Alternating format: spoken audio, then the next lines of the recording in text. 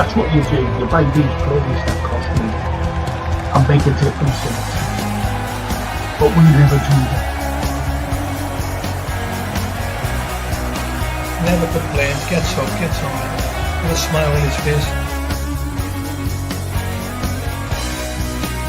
You just want you to sit in your chair and go, hip hip hooray,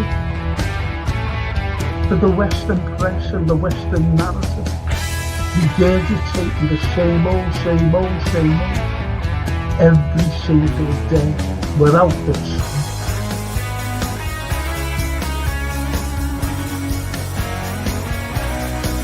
If you haven't seen it before, please watch the first two episodes, the second season, something like Stallone. We are on the site of the castle. And it was the first time the Beatles had really stopped being semi-professional almost. Look at that. Absolutely fascinating.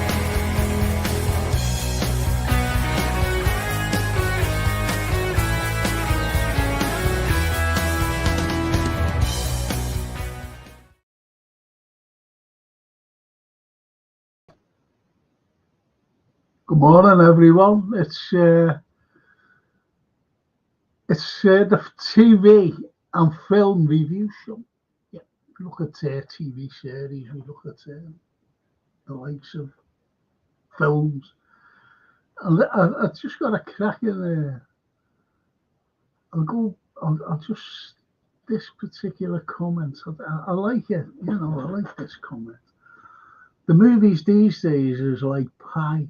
Too much pastry, very little meat, lots of drama and action with little or no storyline, says Myra. So right. So right. That's a cracking comment. Just noticed that bit. But we do have the likes of myself. I can stream anything, mate. I can stream all the latest films, and I'm sorry to say that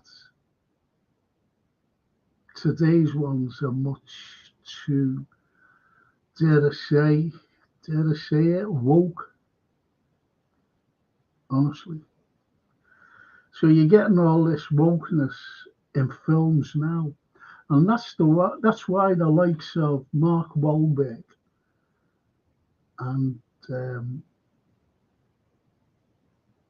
what's her name? Roseanne Barr and Mel Gibson have broke away from that wokeness, and they've set up their own company. Because I've said this before, a couple of years ago, Clint Eastwood actually said, I feel sorry for the young actors today coming into the profession simply because when they read the scripts, he said, I've read them. He said, and they're awful. He said, they're awful. And it's only what Myra said. The storylines are terrible. And there's no meat in the pie. That's what it's all about. And I asked you last week to have a look at a film called Nobody. It's a cracking film. It really is. Nothing at all to do with woke or anything. And it was only made a couple of years ago. And remember a film I asked you to watch as well was, which is the best film I've seen this year, which is Knox Goes Away. K-N-O-X, Knox, as in a name. And it's a cracking film. Michael Keaton, he directed it as well, starred in it. It's a smashing film. So I just get away from all those type of films, that you see. And the unfortunate thing is you're getting too many films with great American heroes, shall we say. you know, like special ops, you know, ex-special ops. Goes home and finds his daughter is, you know, missing or something, or his brother has been murdered, and he goes out for revenge. You know, you know exactly what I mean. You know the ending, you know the start, you know the ending, you know the middle as well, and it's just nonsense. It's just nonsense. Then you've got other films. I was watching one last night. I said, I'll give this a try. And it was Crimes of Passion. Honestly, as soon as it started, you know, sitting there watching it, and then I looked at it, and I knew the ending. I knew the ending. Crimes of Passion. I just knew what was going to happen. It was so obvious.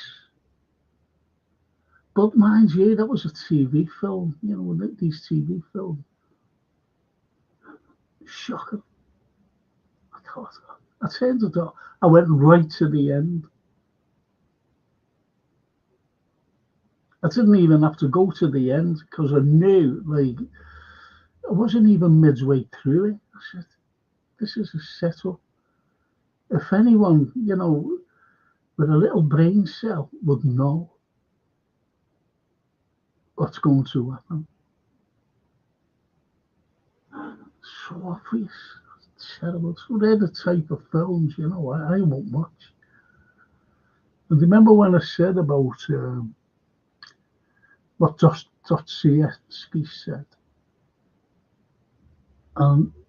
You know, I think it's a great quote, but I'll give you the quote of what Jean-Jacques Rousseau said. And you're talking like 1784, 94, something like that.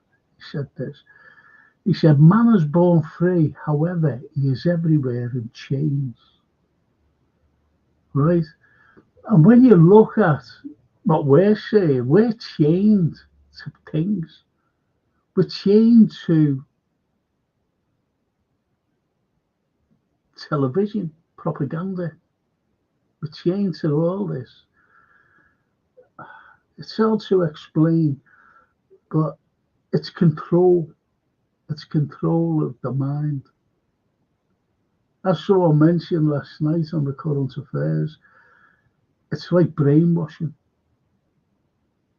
I don't think it was that young lad. It was the young lad who comes on the, you know, the chat. And he's so right. As I said about Dostoevsky, he said the secret, get onto this, the secret of human experience. This is incredible. The secret of human experience is only we live, you know, to live, only to live. That's the human experience, to live. Then he says, but to know what is life. What is life for? You see what I mean? So it's things like that. What is life for? Is life to take everything in, what people are saying, what we're told to think? Because we are at this moment in time told what to think, not to think for yourself. That's the way I look at it anyway. I've always looked at it like that. You can't think for yourself, so here's what we're telling you to think. And it's all like propaganda. I'm going to say what you have been said. I'll just say hello to everybody. Myra, lovely Myra. Hi, Frank and everyone. Hiya, Myra. Edward, you're one sub away from 900. Thank you, Ed. lads, you know. When you take someone to just subscribe, that is. And I'll be the 900. That's great, that. Thank you, Edward. And he says, hello, Frank and Myra. Hiya, Edward. Really good to see you. There he is. Really good. And the boss. Look at that boss. Greetings, FC and chat members. New but original Shanks copied from the 60s and 70s. Films watch, two different propaganda films recently. Their finest, yes. Wag the Dog, 1990s. Very relevant, in my opinion. That's good. And as Myra says, you know, I think that's a cracking, good comments, actually. The movies these days is like pie, too much pastry, very little meat, lots of drama and action with little or no story. That's a cracker. Really is. Really is. That's a cracking comment. It really is. And even Boss says, my yes, reflection of society, too many spectators. But I think we've all become placid, haven't we? Or, you know, people do become placid. Let's put it that way.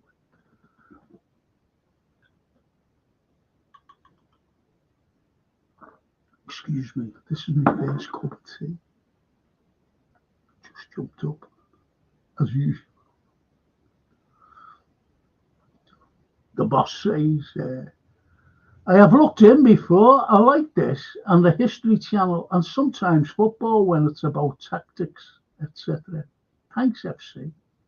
Oh, thank you, boss. You wanna comment, you know, on the football show or anything, you know, the history as well. You wanna comment on them? That's what I'm here for. And they'll be read out and discussed. Christopher, hi Frank and everyone. Hiya Christopher, good to see you, mate. Really good to see you. And even Myra says hello. And the boss says, add to the likes. It's good when anyone with experience and attitudes gives time to entertain. Hope it is appreciated. Well, the people on here, boss, you know, it's a great community, to be honest. And they're all appreciative of one another, not me. They're not appreciative of me, but, you know, the comments, I try to read everything out, whether it's about football, whether it's about anything, to be honest. And I have a current affairs every Friday. And I can get carried away, to be honest, about what's going on in the world today. Because as I've said, you know, I tear away at the propaganda. And when you tear away at the propaganda, the truth is looking at you in the face. Then you have to balance it out. That's me. I've always been like that. I've always been like that.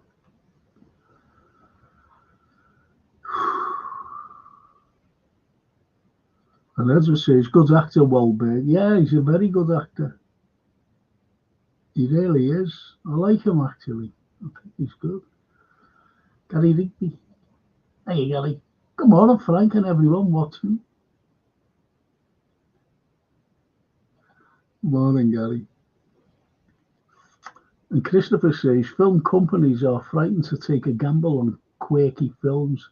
It's mainly gone to TV, like Netflix and Prime, to produce gritty drama, action and comedy. Yeah. Do you know what? I've got to tell you to watch this if you can stream it. And you might be able to get it on YouTube as well. I don't know whether YouTube have taken it up. And when I was watching that stupid thing last night, I said, so I took it off and stopped watching it. And then I put Lands of the Lost. Lands of the Lost. Will Ferrell. So funny. Right from the beginning of the film. And try and watch it. Will Ferrell. And a girl in it, and I'm sorry about this because every time I come in here, I don't know what it is. My nostrils get very itchy in my face, like a little monkey. But anyway, Will Ferrell, so funny, so everything. And I think you can get it on YouTube. Just watch it. Just watch it. But as I said, I was watching it last night. I streamed it. I laughed. Just to cheer myself up, after last night. After last night.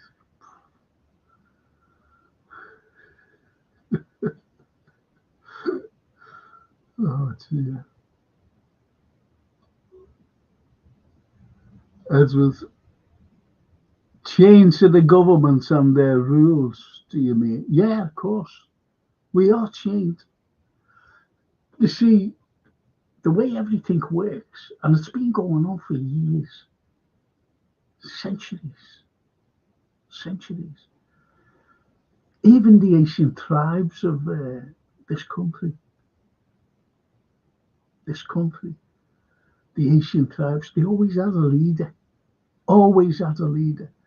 And remember when I mentioned about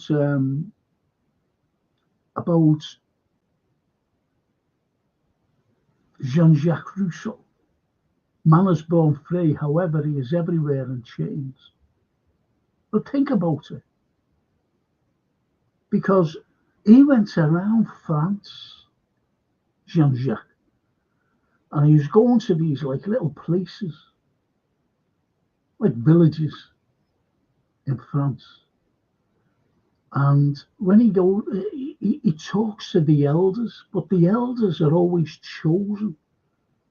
But it's been like that, as I mentioned about ancient tribes. An elder has always been like picked to lead the village, so they think that he's got more wisdom, you see, or it's men, really. It's not like today, where women can be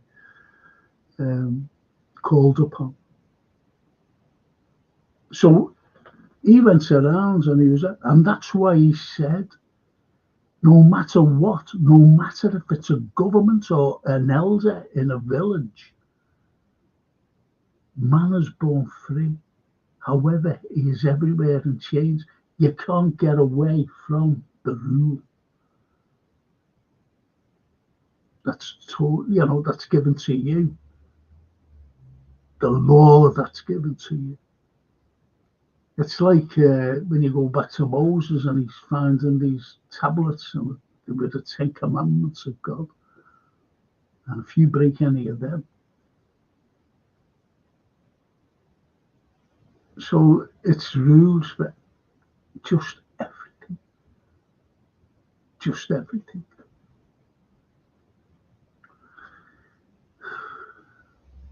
So I'm not saying you shouldn't have rules, because if you don't have rules, anarchy will break out and it's a free-for-all. You've got to have rules, but you get some rules that are terrible. Today, I'm sorry about this, I know I'm going on a bit, but the likes of Keir Starmer, for example, and Macron, they want to start enlisting people. I've got 2 grandsons there. One is in law graduated in law, and he works for a very prominent bank. I've got my other grandson, who's is an MA fighter,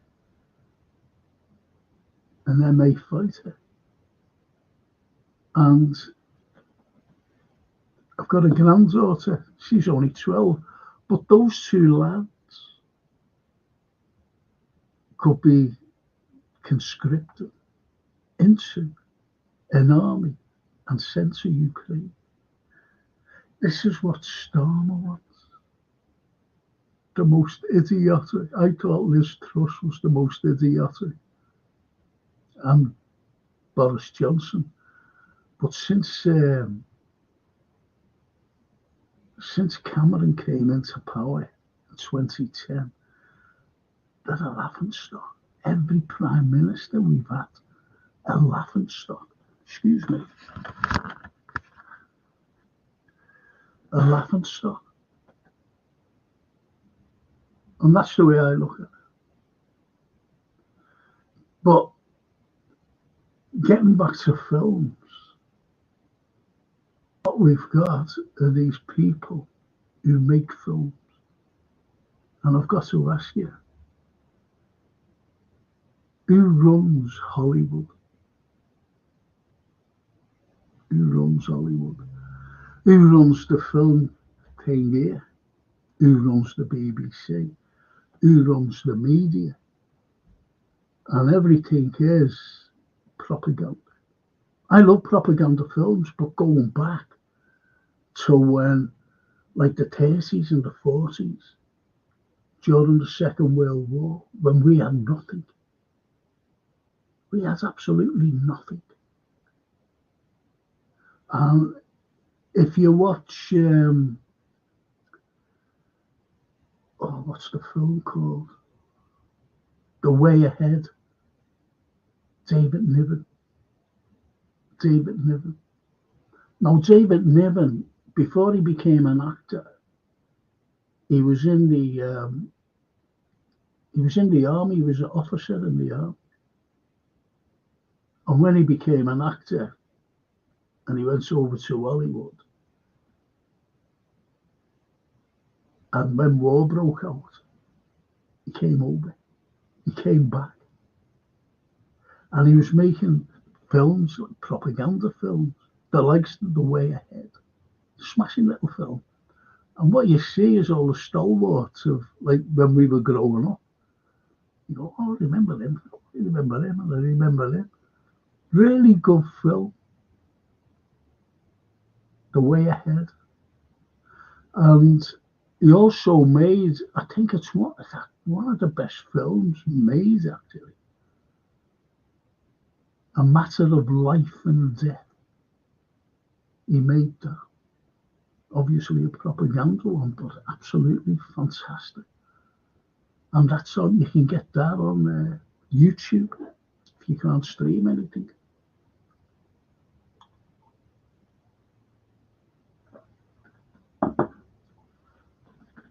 If you go on search on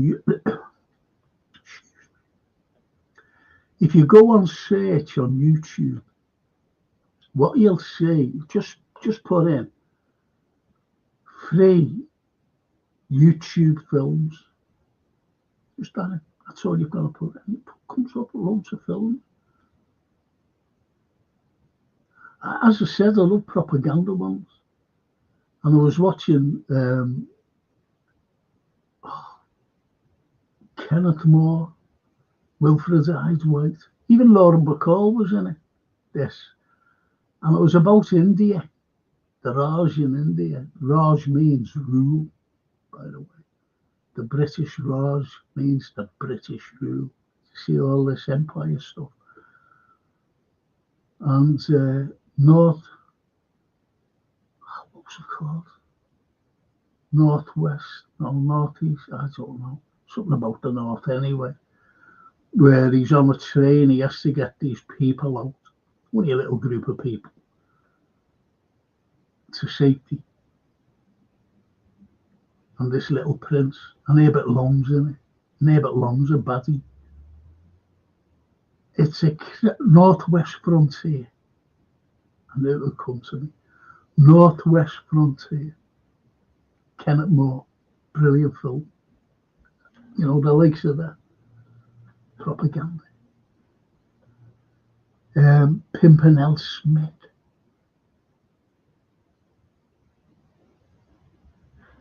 Leslie Howard. Cracking film. Where he's getting people out of Germany, Nazi Germany.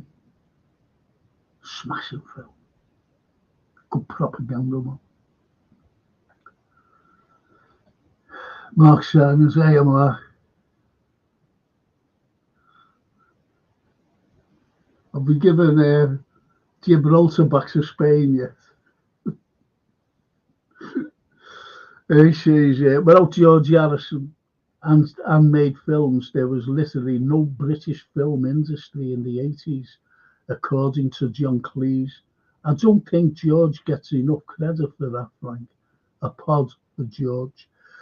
Yeah, handmade films, absolutely brilliant. Because you had the Python crowd, didn't you? With them. What did the Romans ever do for us? The Life of Brian.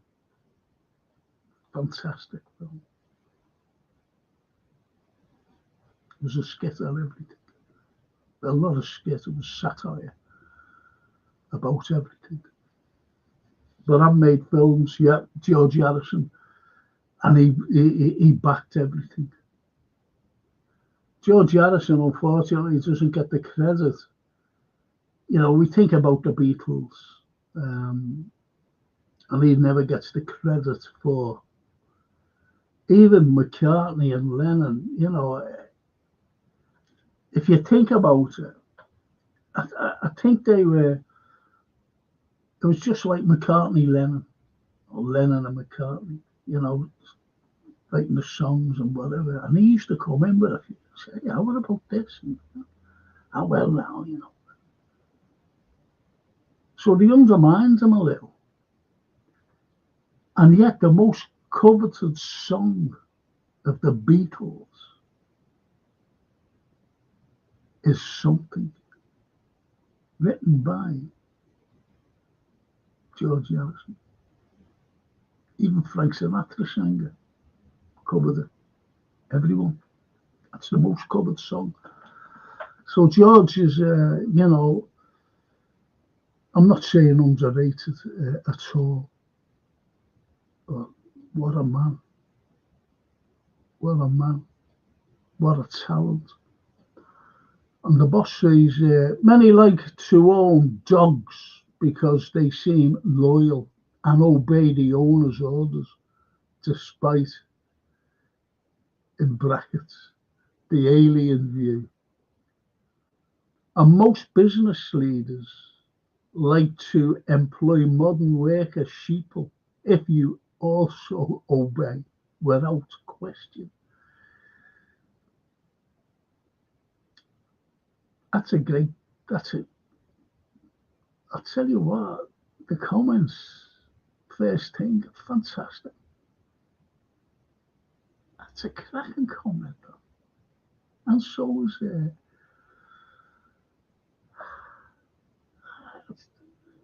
is Mark's.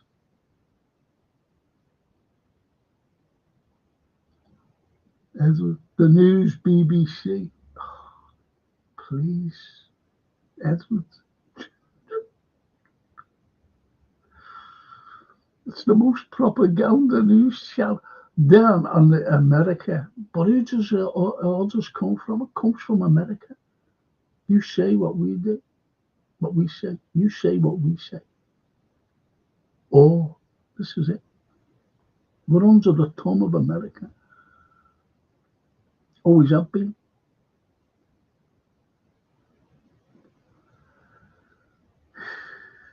Always have been. Through history, since the First World War, America deliberately stayed out of it. And people talk about Churchill. Churchill was a bad dude. He was an awful man. And you know, they say, giving us speeches, we fight them on the beaches, we fight them. And that was a load of nonsense. It was a script. And even the broadcasts, he had actors. They were reading from actors, it wasn't him. He did say a few speeches, obviously. But there was mostly actors coming in to the studio, BBC studio, reading out. Whether you know that or not, I don't know. But he was an awful man. Give him 2 minutes, and he was a committed suicide. He was a committed genocide. I'm telling you now, against a certain race of people, not on these shores, but on the Empire shores.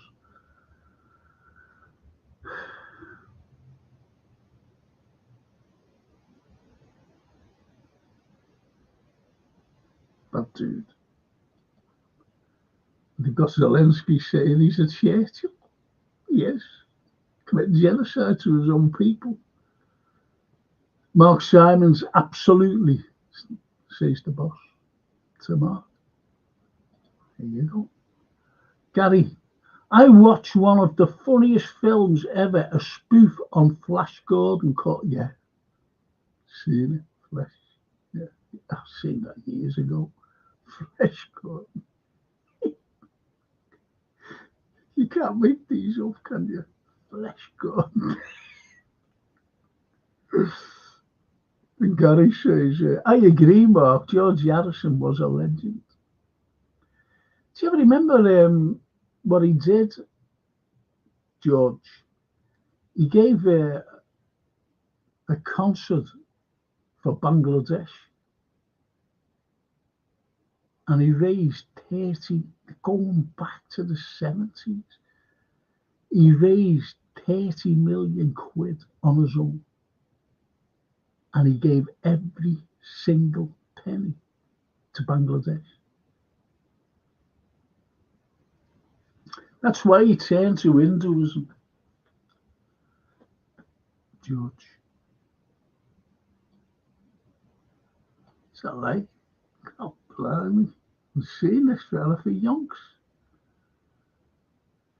Love your flag there, LA. Love it. Morning, Frank. I just subscribed with my other account. Now you are. Why not? Thank you.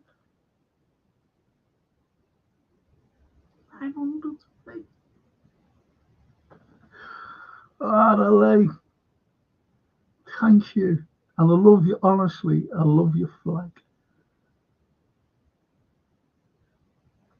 Love your flag. And it carries on by saying, back to my normal account now, says LA. Excellent stuff. Really appreciated, LA. 900, mate. Excuse me.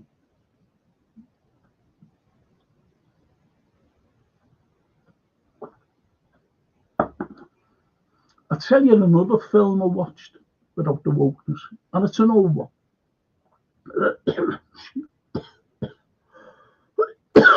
It's on the wrong goal. Excuse me. Excuse me, I'm sorry.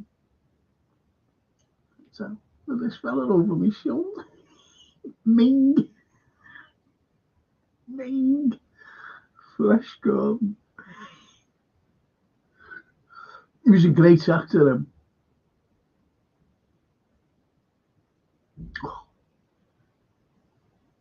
God, blimey, what's his name? Swedish actor, or was he a Norwegian actor? Scandinavian, anyway. God, blimey, I like him as well. And he actually played Christ, you know, in a film.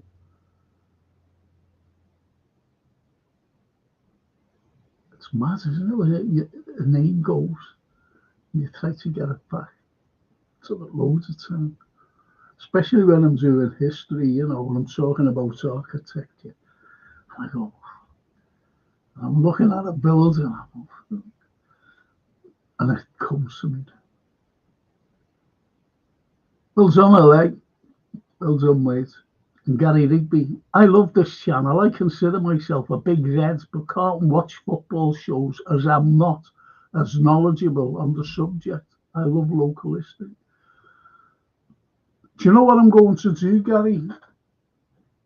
I'm going to, when I get a little bit better, especially in the summer,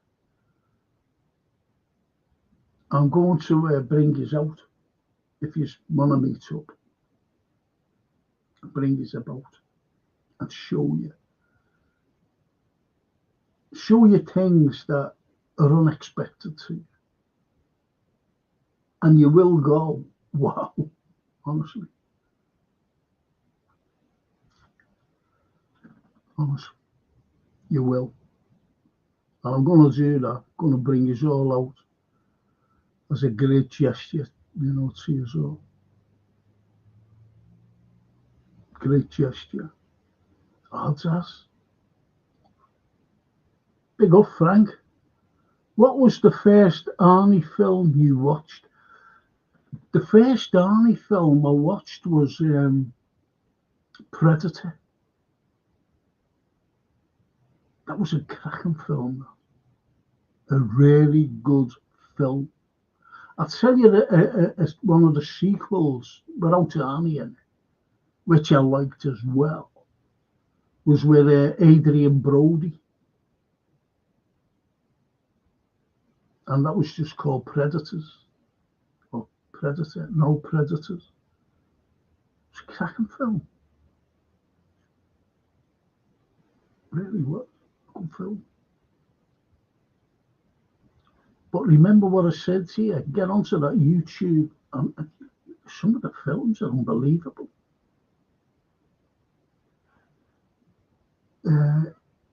Like A Bridge Too Far.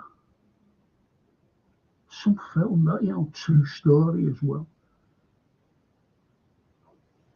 True story. Some films. But as I said, I was watching a film with Kenneth Moore in. And I used to teach literature, by the way, as well. And we read the book. I said, I will read this one. And it was called The 39 Steps by John Buchan. And it was really good. And it was written at the time, of the rise of the might of the German Empire, or the German country, when they brought in the likes of Saxonia and Prussia into Germany, made it one big mighty Germany. And they went on the rampage, didn't they? And so it was written around the time of that. It was a good propaganda book. But they made a film. Robert Donut, I know I said Donut, but Donut. He did the first 39 steps. But also, I like the Kenneth Moore one. The Kenneth Moore one. I like Kenneth Moore because he was he was a light, rather than all this darkness and everything else in films. He was light. He liked to play in light films. And he's very good. And in this one, which was supposed to be a dark film, about dirty spies and murders and things. But he made light work of it, and it was absolutely brilliant. And I watched that during the week as well. 39 Steps. Get that on YouTube. One of my favourite films, and it's colourised. They colourised it. And it's a great vintage film. Where I mentioned it last week, I think, before I shouted at everyone and got off. as the lady vanishes, that Michael Redgrave and the beautiful young Margaret Lockwood. Fantastic film. And it's colorised. It's great. It's really good. Good to see you, Daz, if you're still with us. Really is. And the boss says, the alien view was a comment on a comedy science fiction show that dogs are the supreme race as humans go around cleaning up their mess. That's true, that is absolutely true. That's brilliant. I'm talking about dogs, or from the dog thing, species. Oscar Wilde. Loved that man. He said, the unspeakable in pursuit of the uneatable.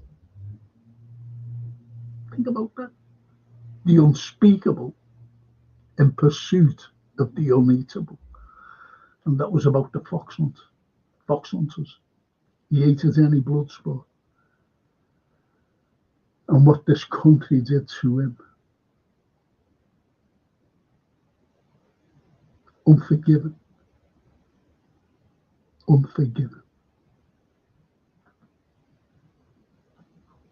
I would have just loved the Duke of Clarence to have been Jack the Ripper. But it wasn't.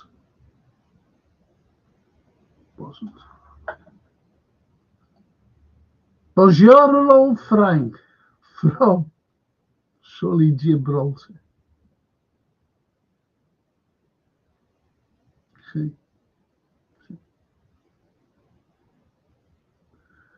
Buongiorno.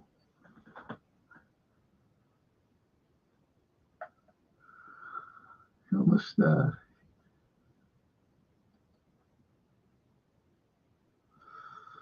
Gary, big demonstration in town today against the benefit cuts. Sadly, it will get. Gary, look, when I was saying there before, we choose, you get people going, vote for me. This is what I'm going to do. Vote for me. You only had it recently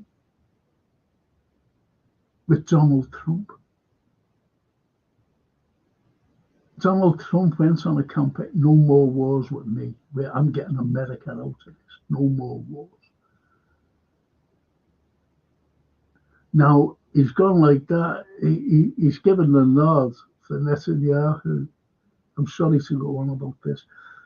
The nod to Netanyahu, to go and bomb or whatever. He's just bombed Yemen, the poorest country in the world, not just the Middle East, but in the world. Yemen.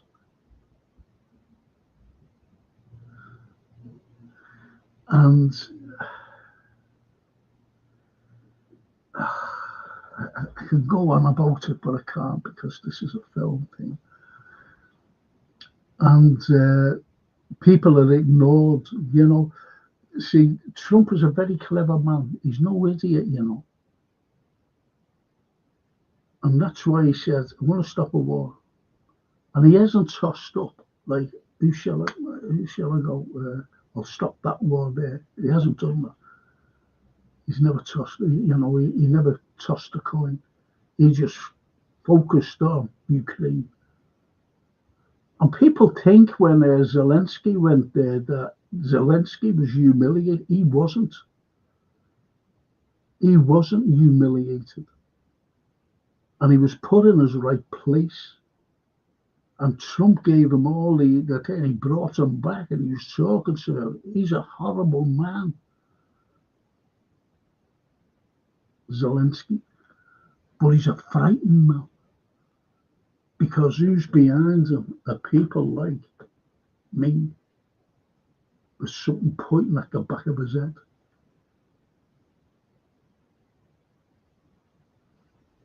And they are what you call the Azovs. And look up who the Azovs are. I can't say it up. So we vote for these people to rule us, to tell us what to do. Oh, you're going to pay a lot more taxes, by the way. This is when you vote for them. You're going to pay a lot more taxes. So they don't stick to the words. I'll just give you the prime example now. Donald Trump.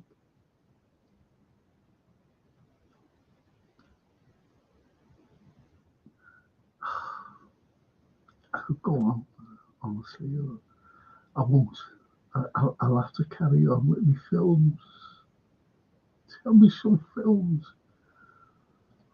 Step Brothers, says Christopher, is a funny Will Ferrell film. Totally over the... Yeah, of course.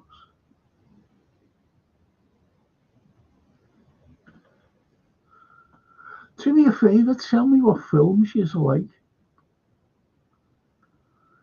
I know what films I like. I don't like predictable films. I do not like predictable films, like the one I was telling you about before. It's shocking. I like a good mystery, right? But I like science fiction.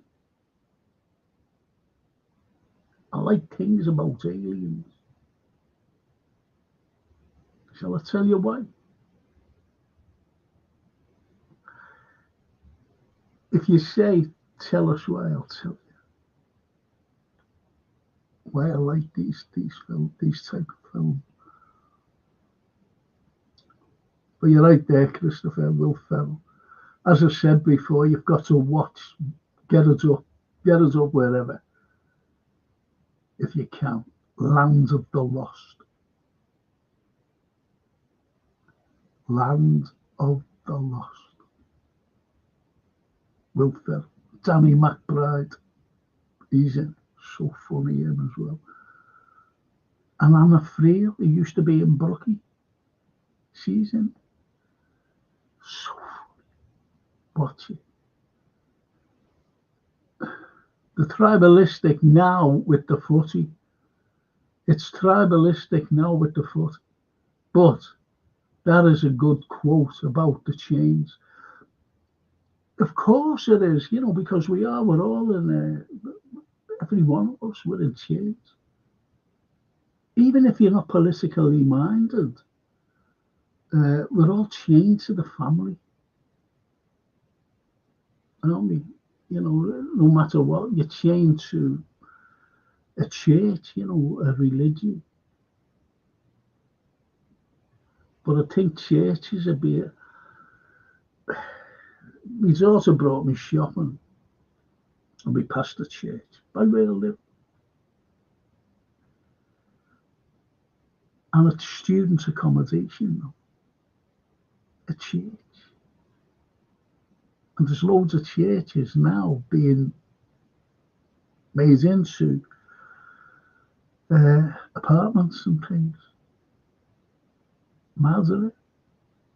Who'd ever thought? But I don't want to go into the political overtones of what people were saying to me last night about this country. And it's a frightening thought, actually. Frightening. Good shout there, Edward. And he carries on by, tribes have only really stopped over the last 200 years when the world became civilized. But is it civilized? I know that, I'm a historian. I think I'm a good one, actually. Because sorry to say that. I really am. I shouldn't have said that.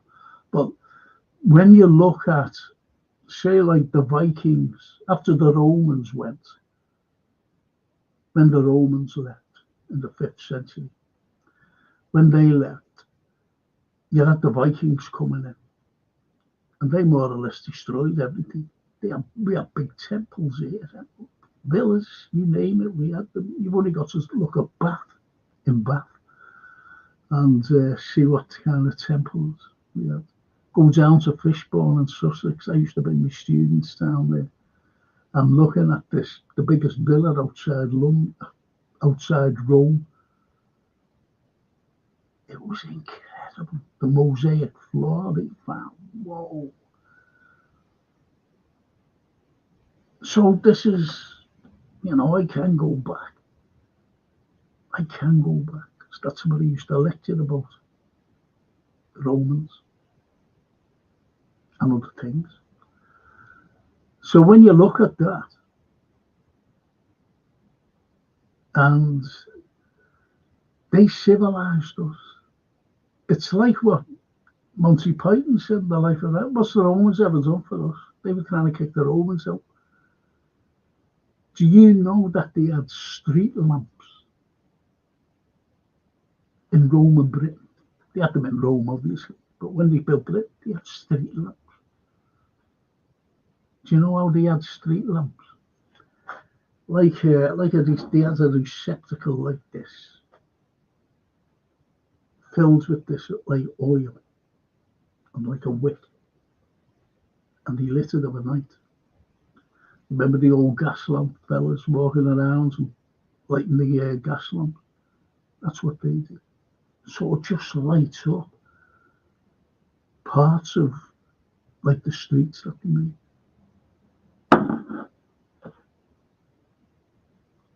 Underfloor heating, central heating. You're talking 2,000 years ago.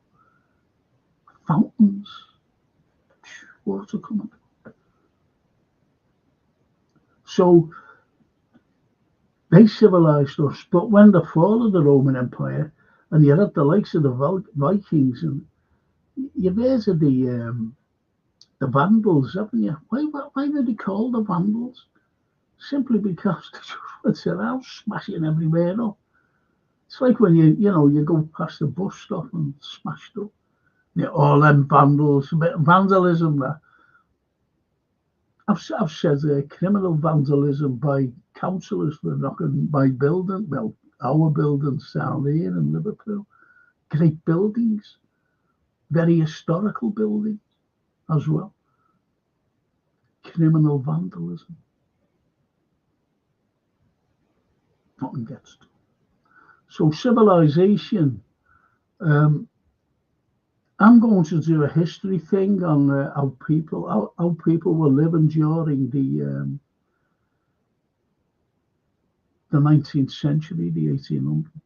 We're talking about that very soon. And it's harsh. It's very, very harsh. It's like here in Liverpool. Workhouses. Do you know when Liverpool's first workhouse opened? I know. And I'll surprise you if you don't know. It was 1732. Workhouses opening.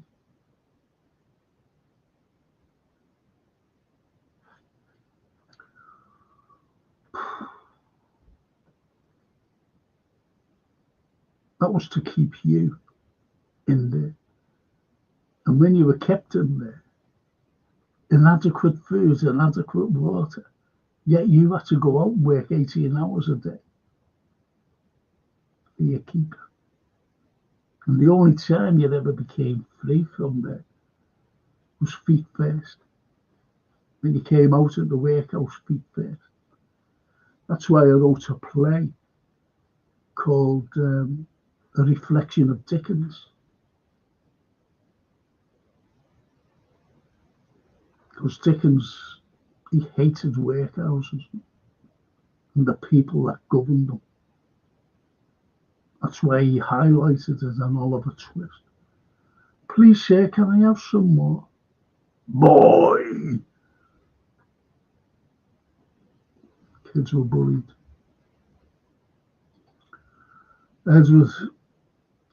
What's film in the background, Frank? It looks like futuristic. It's Flash Gordon. Not Flash Gordon. Yeah, look, Ezra. I'll tell you there. See that. Brilliant. I loved it. I know it. Thanks, LA. I'm made up that you're there subscribed. I'm made up, mate, to make me 900. Gary says the class system messed this country up. That's why the government like to see us suffer. Well, the government's ruled, isn't it?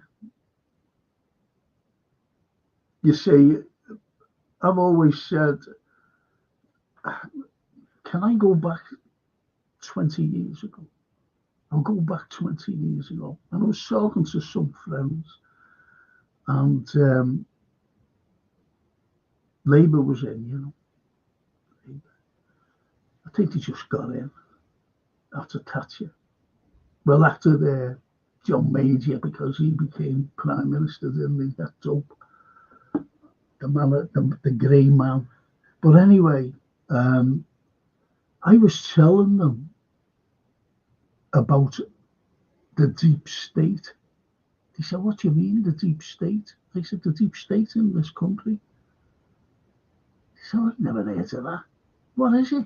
So I tried to tell them, tried to explain. I said, it's over in America. America has a pyramid. And they said, what do you mean, a pyramid? And this fella, you know, one of the lads went like, oh, do you mean that big thing by the White House? I said, the obelisk. He said, yeah, that's it.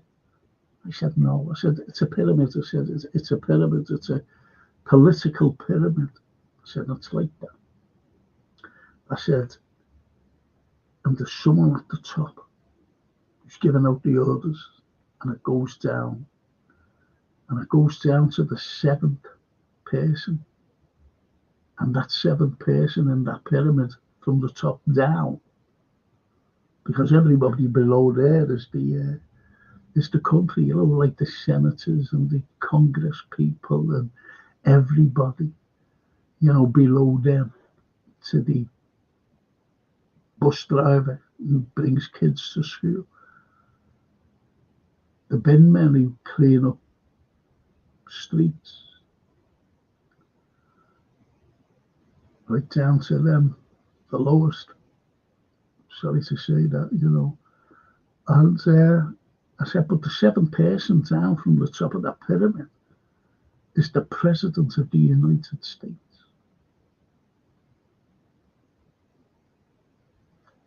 And it's just like here.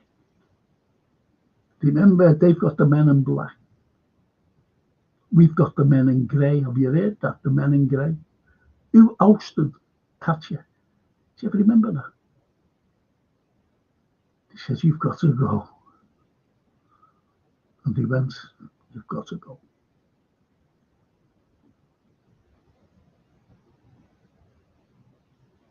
And it was that Jeffrey House speech that got rid of it. Because she tried to do him in. He was deputy leader, and she tried to do him in. But she didn't realise that he was part of the deep state, the elite. I hope you realise I can get into trouble.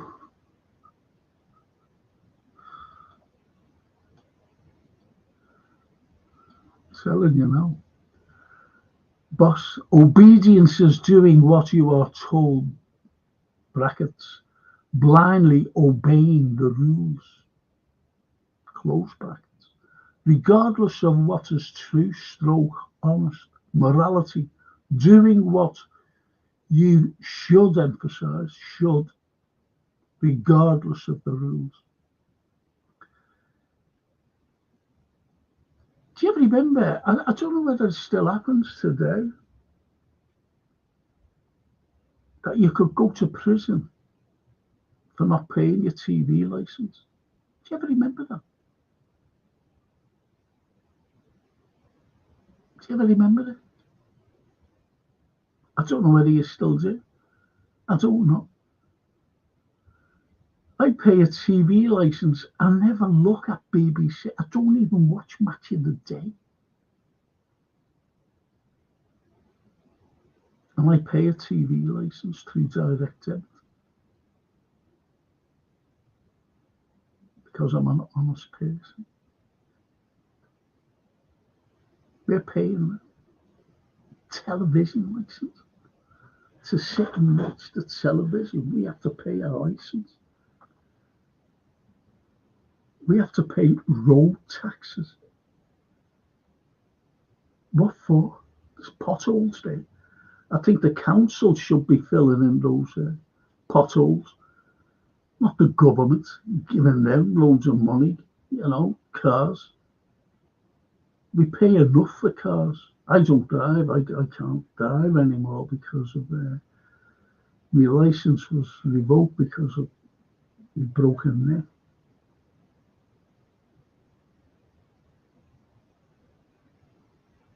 Wish I could drive. Wish I could drive.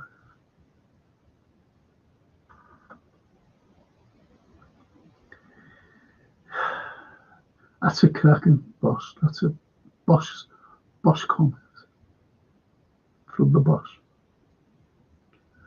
From the capo di tutti capi.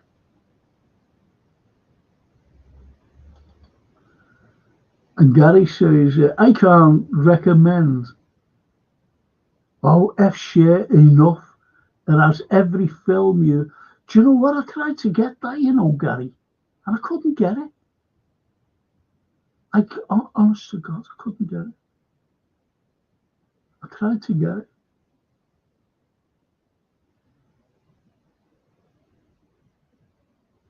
Is anybody going to watch me on Watch Along Wednesday night? I said I'm not going to do that anymore. F share TV. That's all one word like that, isn't it, Gary? I did exactly the same as you. I couldn't get it.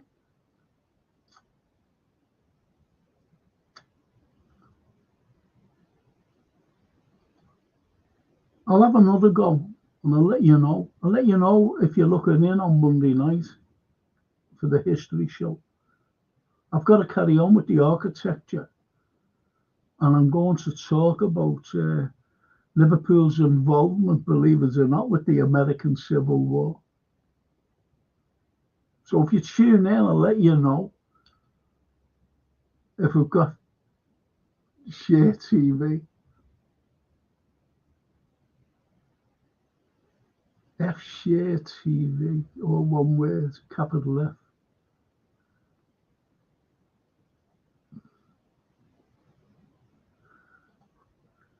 And Gary the Rigby says, without George Harrison, there would have been no With Nail. Yeah, With Nail and I forgot about that. What a film. One of the McGanns, wasn't it?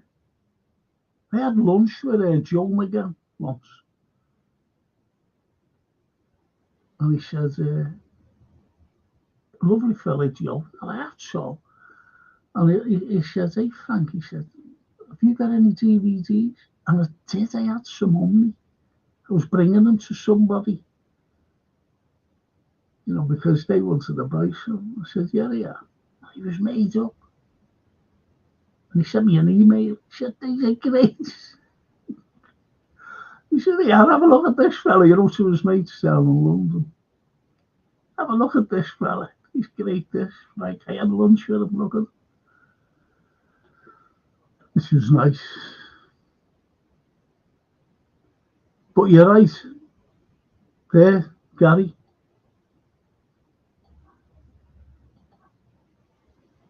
With Neil and I.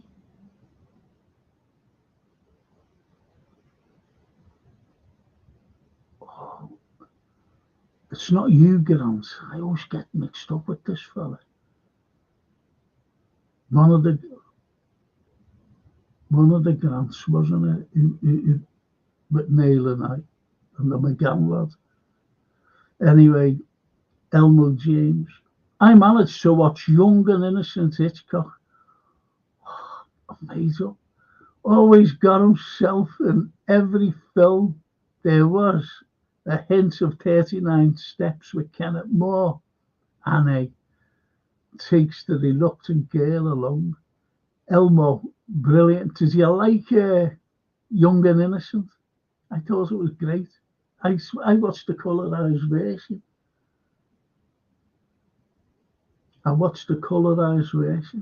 of it. I thought it was a cracking film. Derek Damani. And yeah, every film he's made, he's been in. Every film, Hitchcock. Just watch The Lady Vanishes. I don't know, is it? Or something like that. Vanishing Lady. Something like that. And watch the colorized one. I try to watch the colorized one. Great. All the colorized one.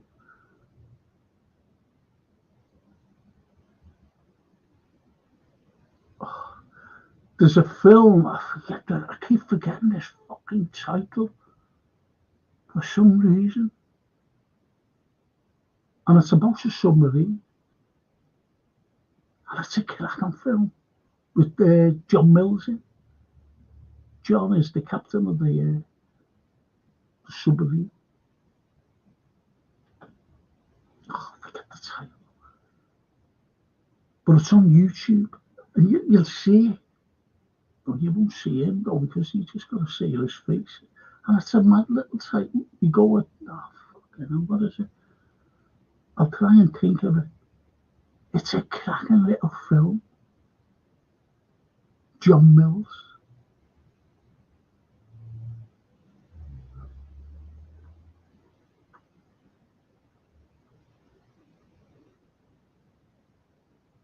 I might go on before this ends. I'll run in. If you're still with me, I won't be a minute getting it.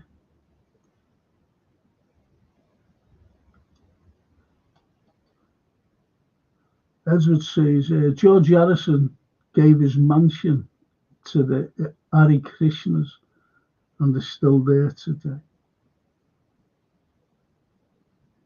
Yeah, he became an Hindu. Changed his religion to Hindustan. George. Thanks, Edward, for that. Didn't know that though.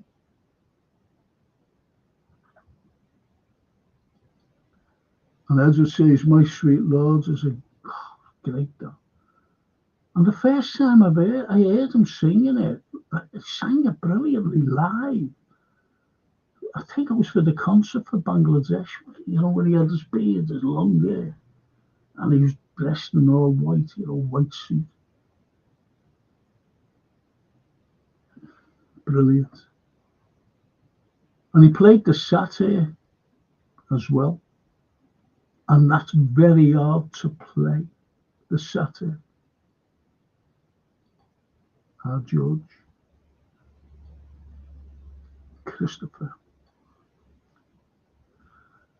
Remember watching Flash Gordon in the cinema? Queen's music really is the star of the movie. Yes. I also like the part in the film where English person says, Isn't that guy from Blue Peter Duncan?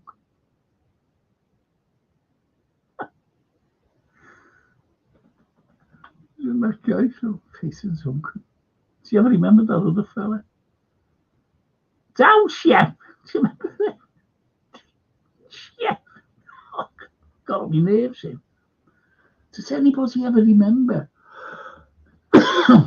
it became like an outtake on things, you know, like them funny things. Um, where they brought in and Blue Peter, a little elephant, a little baby elephant. Funniest thing now ever. It was so funny.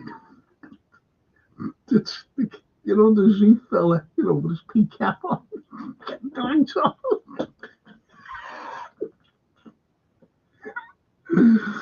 Oh, so funny. I tell you what, I was, I watch, you know, the alternative news, and I always watch a fellow by the name of Alex Christopher. He's on every day. He goes for walks, you know, wherever he ends up, and he has a clown world, you know, these silly people. Anyway, he said, I've never heard of this. He said, I don't know too much about Pokemon. And he was going on about, you know, some tweets, you know, ex-tweets. And he was talking about Erdogan, you know, Turkey, the president. I don't like him. I don't like him. This is me. I don't like Erdogan, to be honest. Do not like him. Stab you in the back. But anyway, and there was demonstrations because he got some fella that arrested, a politician, trumped up charges, obviously, because he's going to be the next like president or whatever, and he was his main rival. So he had him locked up. Erdogan had this fella locked up. So he was demonstrations the other night. And they had, Alex was saying, I've never really got into this Pokemon, he said, but, and he put this tweet up with a film shot, and it's a character out of this Pokemon. I don't know nothing about Pokemon, I'm being honest, but they had this character out of Pokemon, and the riot. You know, it's chasing them, and you see all these people running away or running down this road or whatever. You see this thing, Pichiku or something, I don't know what it's called, so dressed up like a little bubble, all yellow, turn the nose away from the police. It was so funny.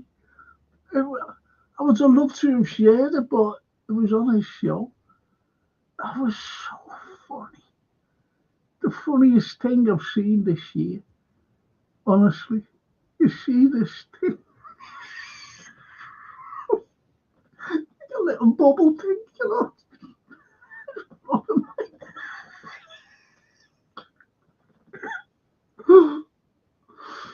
It was so funny, honestly. I was laughing my head off. And I put us on again, you know. Needs a cheering up. So I put us on. So funny. Try and get him on. Try and get this. I advise you to watch this. Alex Christopher from the Duran. But just watch him every day. That's all that I watch. This Alex Christopher because he's very good. Gives you the truth, proper news.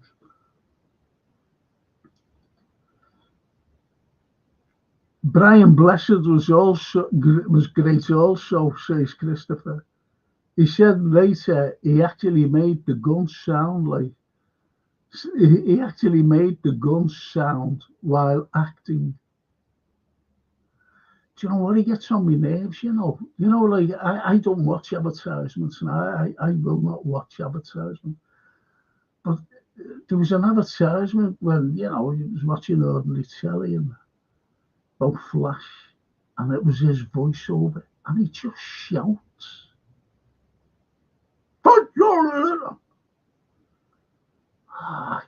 got on my nerves. Brian Blessed. Don't know whether he still shouts now. Elmo, Can It More in A Night to Remember. That's on YouTube. A Night to Remember. And you can get a colorized version of it as well. Elmo, watched a good black and white film, John Mills, The October Man. Mystery drama. Yeah, cracker. And have you seen him in A Town on Trial? That's on YouTube as well. That's a good film. All the British stalwarts.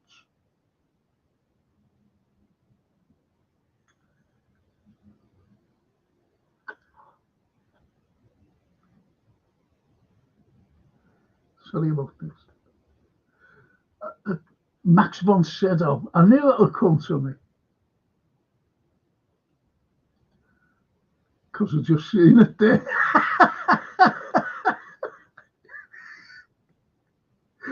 Nice one, Mark. Yeah. Max von Sydow.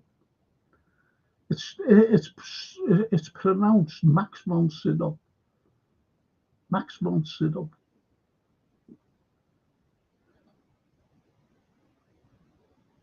Black and white boy. Morning, folks. Morning, black and white boy. Thank you, Mark Simons. But Max von Sydow. I'll tell you, he's in a cracking film.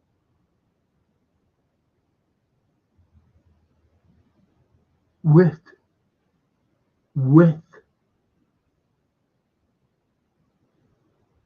Robert Redford, and it's called 3 Days of the Condor. Great film. Great film. Watch it if you can. 3 Days at the Condor. It's done in the 70s. That, what's her name? He was a terrible diva, apparently. What's her name? Faye Dunaway. She's horrible there. Read all about her. All right, Lady FC Vlogs. Laura Frank, do you remember a film called Masters of the Universe with Skeletor in it? Loved that as a kid. Yeah, I don't watch films like that. I only watch films like Flesh Good. Flesh Good.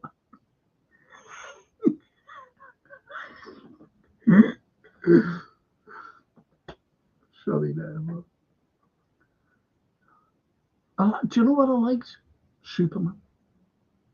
I liked Superman with Christopher Reeve.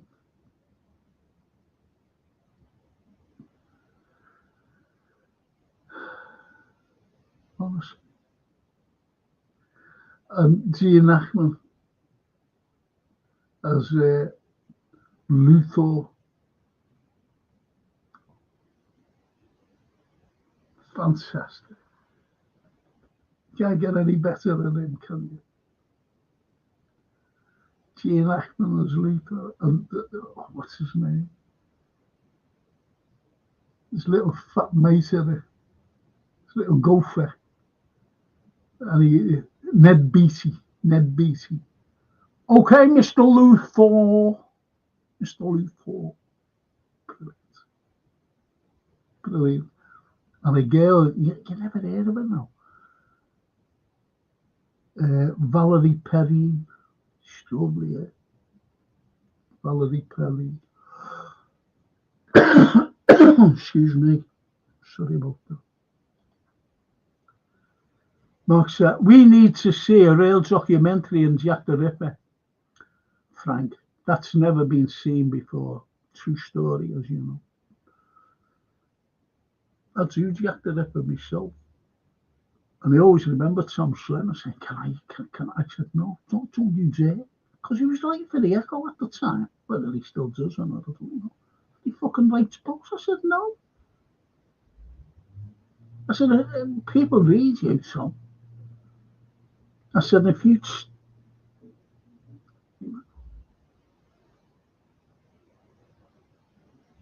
I can show you, but I'm not taking it off the wall.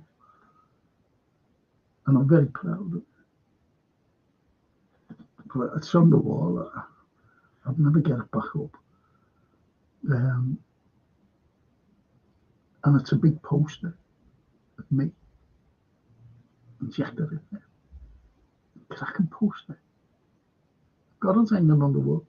But it's in the frame and everything. So I can't take it off, unfortunately.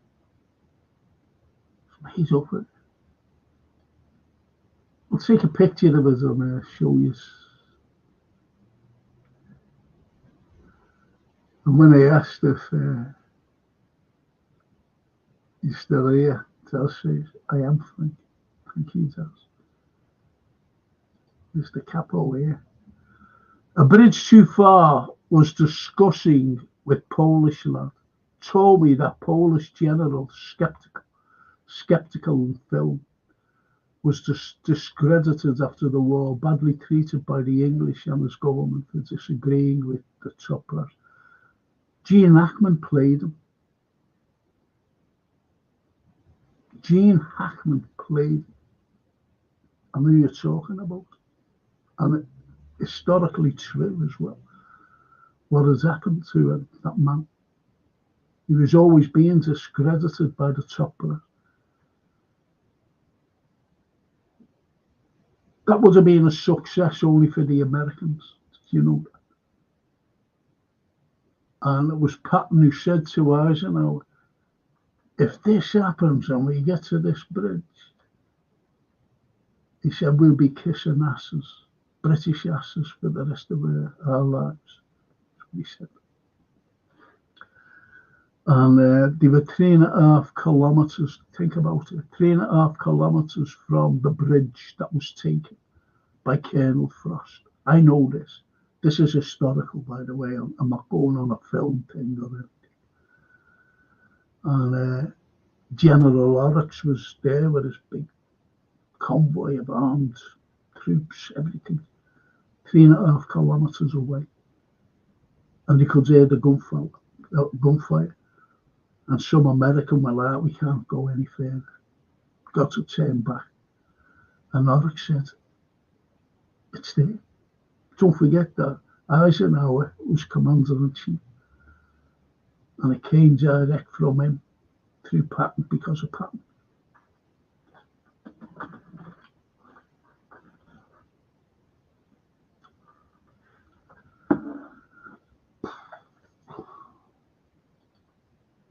Good show, that boss.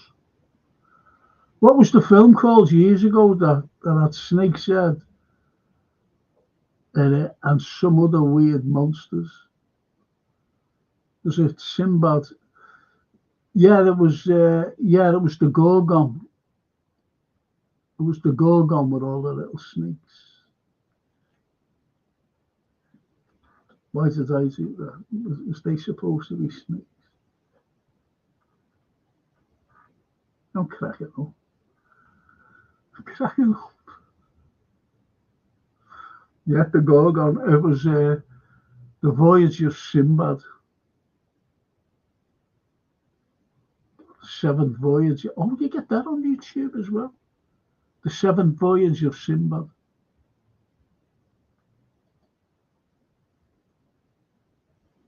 Watched The Fury again last night. What a film. Could never get bored of that. Might watch another World War II film tonight called Valkyrie. When they tried to assassinate it. Yeah, true story. What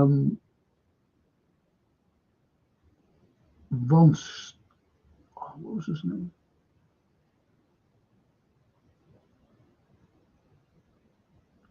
I'm not half losing it, you know. Von Stauffenberg. It was his. He brought the suitcase in and just put it down, and he talked his on it, and it got through to the. There's a film called Night of the Generals, and it's about that. But that Valkyrie is Tom Cruise, where he plays Stauffenberg. Von Stauffenberg, his name was. He had one arm and one eye because he got blown up himself. Not there, he was blown up before. He's a bit of a war hero as well, to the Germans. Little did he know that, or little did they know that he was going to blow them up. The big H. Oh yeah, Christopher. Clash of the Titans. Yeah, there you go. Clash of the Titans. Is that what Harry Hamlin in? Clash of the Titans. And Olivier and Maggie Smith. They were the gods, weren't they?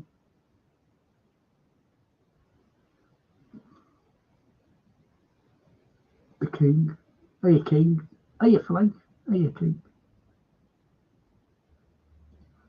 Or Simba, the eye of the tiger. See? But there's a film called just The Gorgon with Peter Cushing. Yeah. The Gorgon. You could be thinking about that, Peter Cushing, where it's just about the Gorgon. Horrible.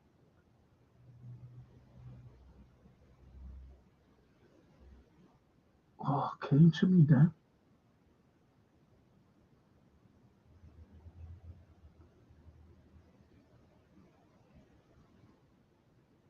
Oh, God, blimey. It came to me there, and I know what film you mean. Jason and the Argonauts. Jason and the Argonauts. Cracking film, that. Harry Harryhausen did all the special effects, one of the greatest of all them. Jason and the Argonauts. That's where you're seeing the Gorgon.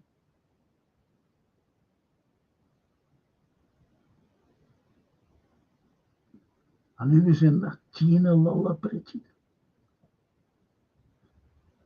Gina Lollobrigida. La Lolo. Oh, she's just recently died, hasn't she? La Lolo.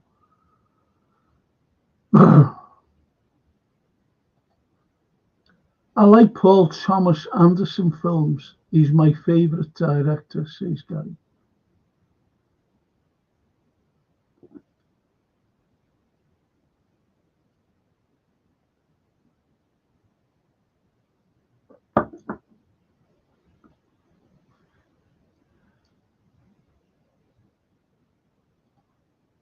And Gary says, and Mike Lee films.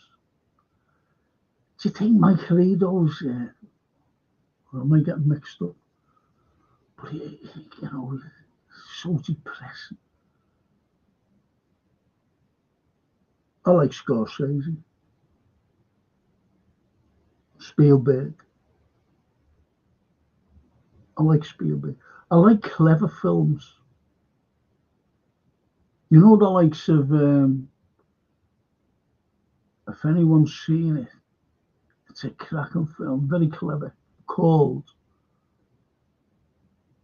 The Others, with Nicole Kidman. I like Nicole.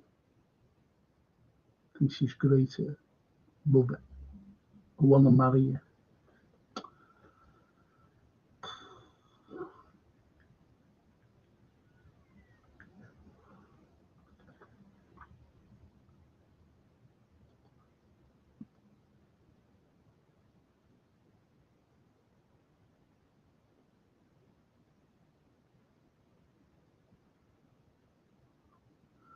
And Gary says, hey Frank, I just Googled fish.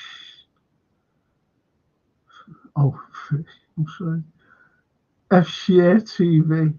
And there it's it. Yeah, exactly like that. Is it like that or with the capital F? Just let me know, Gary. F-share TV. As long as you don't have to put passwords in. I've got more passwords than MI6. Everything you put on it, passwords. My mate sends me all these documents. Saying, yeah, get onto this. And it's asking for passwords and fucking logins, and I can't get them because I don't know passwords. It's terrible. I'll do that, Gary. I'll do the small F there. I'll do it with the big F as well. The big F. Chris, Frank, you only need a TV license now if you watch live TV of BBC or iPlayer. So if you watch live football, you still need a TV license, even if it's not the BBC. I could be wrong about that though. I haven't a clue. I pay, everything through direct debit. Like rents and taxes and things. I don't like anything like that. I don't like anything behind me. Don't like the worry of it. Don't like the state, and that's why I feel so sorry for people. That's why I'm against this Starmer giving money to Zelensky while pensioners can't even put the fucking eating on.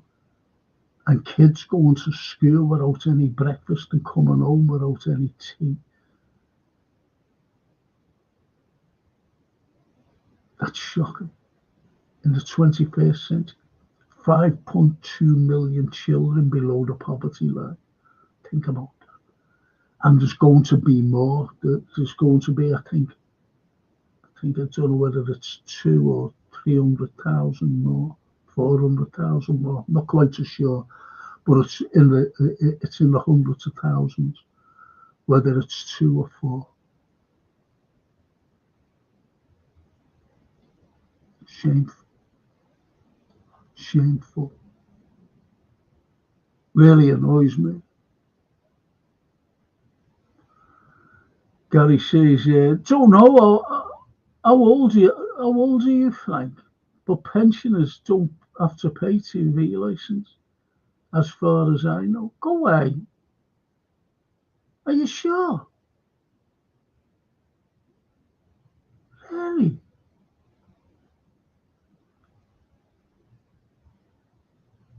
Because I've retired.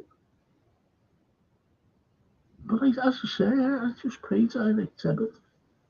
I'd be made up if I didn't have to pay. Not that I'll watch it, like I wouldn't, so I'd never watch BBC.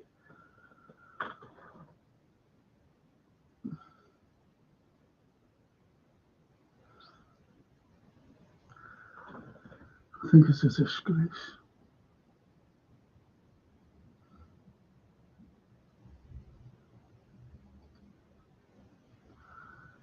And the boss man, let me know, Gary, about that, please. For the end. I like films with ironic humour or a message that resonates with me. Good Will Hunting, are you? As Good as It Gets.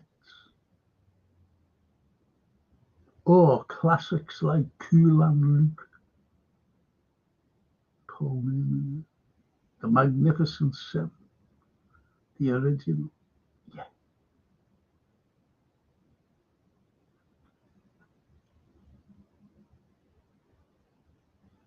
Yeah. I like The Great Escape. Mega star. But I don't like that. Never liked him, Steve McQueen. Mr. Cool. He's a horrible person. Did you know that? Horrible person. In real life. McQueen.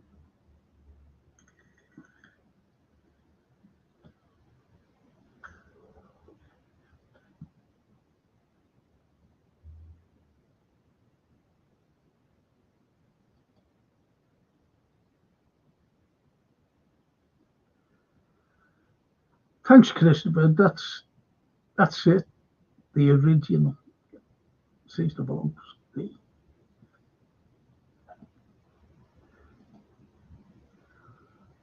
When's the last time you went to the pictures, Frank?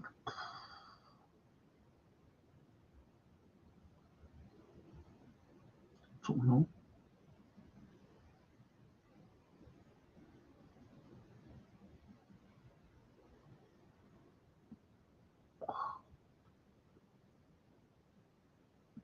I remember going to see Jaws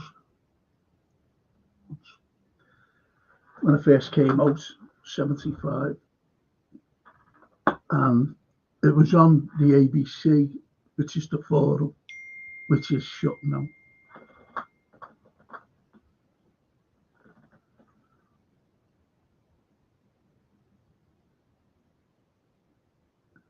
And just got a message through Mo Salah's staying on a 2-year deal. That's good news, isn't it? Just got that message through there. It's only Virgin now, isn't it? You need them. So all you Liverpool fans. But anyway, I went to the forum and goes upstairs. Jaws. I read the book at the time. I read the book because I was an avid reader, you see. Bloody reading all the time. That's what I had to do. Study in uni. I fucking read more books than books were printed, I think. Anyway, I was reading it. Great. So this picture came out, Spielberg, because I've always liked Spielberg. And I think that was his first really blockbuster. So I went for upstairs, sitting there like that. And there was two fellas just a bit further down. You know, a few rows down, more or less empty. They were getting, as I walked down, I went looking for a seat to sit, you know. These two fellas got up to walk out, but they went back and sat down. That's why I wasn't bothered. Fucking hell. So anyway, I'm sitting there. And you know where the scene where Richard Dreyfuss and Roy Schneider, they were looking, you know, the cop in it, they were looking for a fella named Garner's boat. Because he went missing on his little boat. And anyway, Dreyfuss jumps in, and it's night. He's got big floodlights on, you know, from his yacht. And he dives in.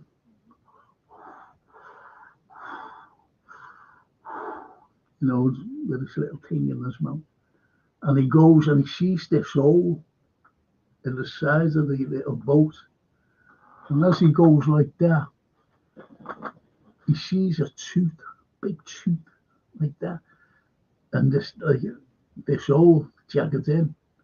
And he's pulling it out. And all of a sudden, this fucking thing comes down like that. And I went, whoa! Frightened me. And these two fellas says around and we're laughing their heads off. They said, we made something out. He said that. Walked out and I'm like that. Brilliant, that. But the last time I went, I don't know. Telling you now. I used to always go to pics. But I haven't been for youngs.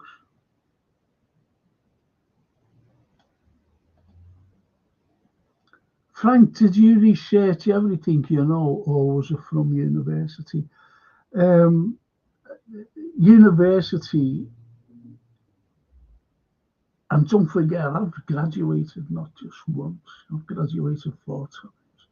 So I had to study and study and study for different years to what I achieved today. I can't, if I was writing a letter and I put, like, say, my name, because, yeah, and then I was putting, and just go off the page, what I am. I've got it, initials before me name, and lots of things at the back.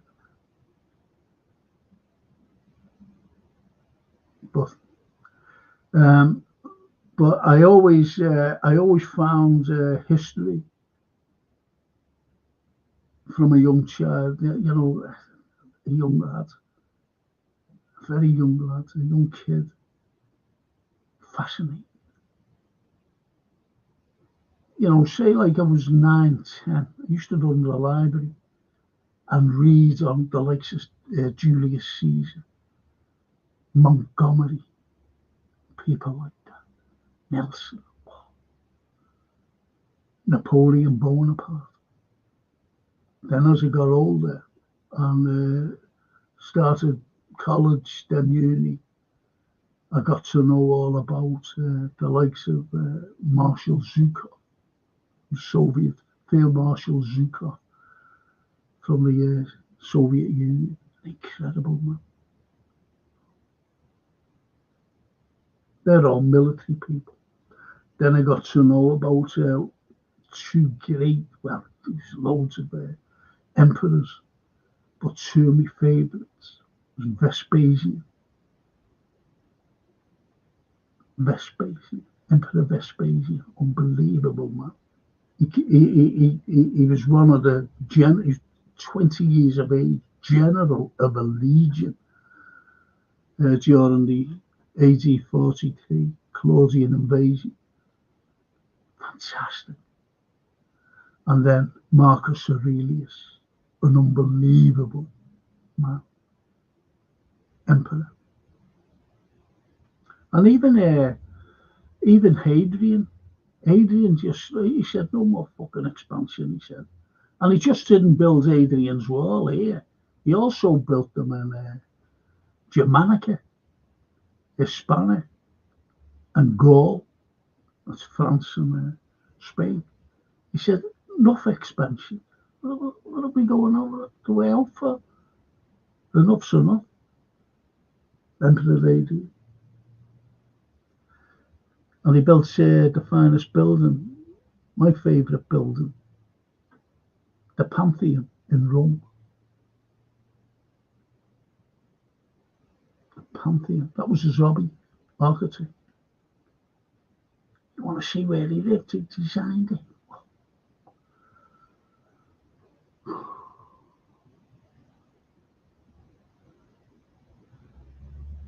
So it's a mixture of both, if you know what I mean, Edward. Like your higher ed, you can't get any higher than that. I used to have a photographic memory. It's gone. Think what I was on yesterday. So it's a mixture of both. Like, I love classical music and opera. That's it. I just love it. I love Walkwind, the Beatles. How diverse can you get from Tchaikovsky and Bach?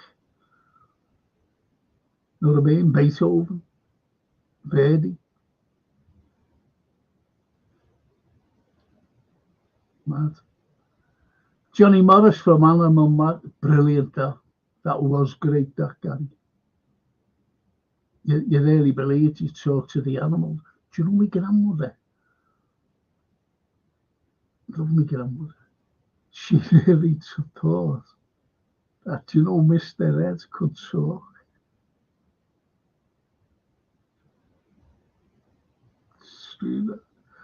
And do you know when the news at 10 came on overnight?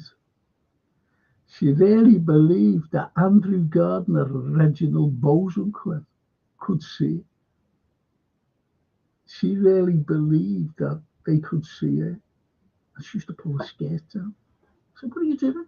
She said, Andrew and Reginald's on. They can't see. She said, they can't.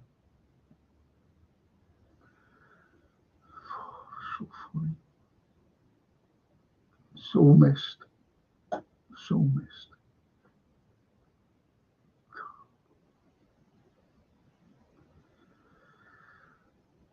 The vlogs. You ever been to any soap sets, Frank? Soap sets? Yeah, Brookies. I rarely watch them now, but I wouldn't mind going to the Corrie. I wouldn't. Or EastEnders or sets. But I think they both moved from the original. Only been to Brookie set. Well, there you go, same as me.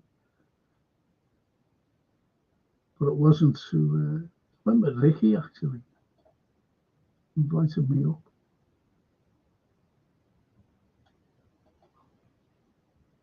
When I was up, when he was there. Anyway, Mark Simon says, I was watching an interview with George's best friend. With George's best friend and the F1 champ Emerson Fittipaldi. Oh, he's great, yeah. Who mentioned he had stayed with George in Switzerland before he died, and that George had become a born-again Christian. No, honestly, he died Hindustani, I think. Well, you know, I could be wrong then. You could be right. If he, you know, from was it Hindi? I'm sure it was Hindi. And he could have done. For all that I know.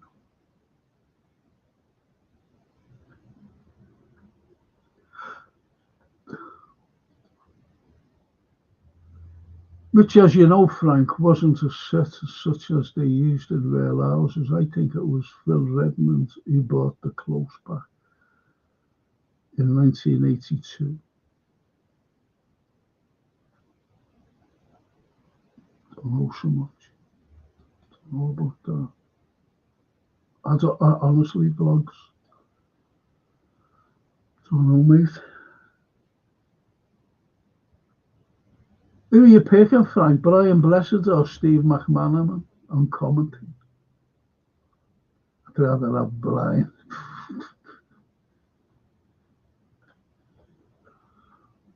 But he's a bloody...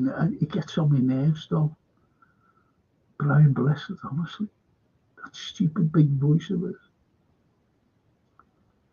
But Mark Simons. A Private... Brilliant. Michael Pale. Yeah, Michael Pale. Was a great British film where a black market pig in the war was stolen from Denholm Elliott. Denholm Elliott. Unbelievable actor. Maggie Smith. Michael Pale. To get around food rationing laws and made films. Incredible actor that Maggie Smith, Dame Maggie, Dame Judy, all that lot. Fantastic.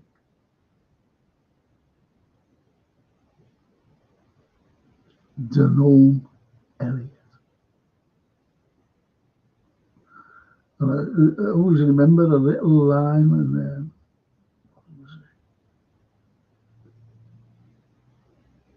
I'm sure it was Trading Places. It was Gail Goods in there. But Denholm Elliott. He was like a butler or so. And he drew something, you know, and he's like great. And he went, eggnog. So, eggnog. It was a celebrate drink. Eggnog. Brilliant. Brilliant.